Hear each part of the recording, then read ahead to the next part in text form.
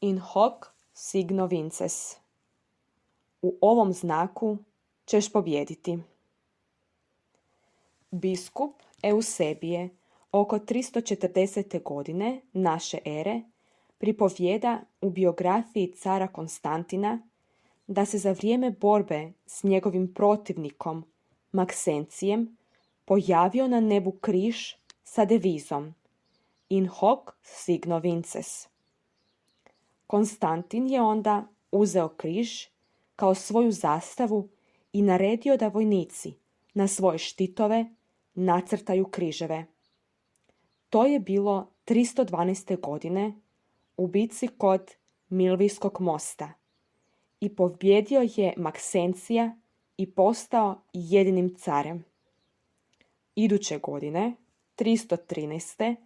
izdan je Milanski edikt, kojim je izjednačeno pravo kršćanske religije s drugim religijama. Danas ovaj simbol može se vidjeti na plafonu naše katedrale. IHS znači In hoc salus, u njemu, križu, je spas.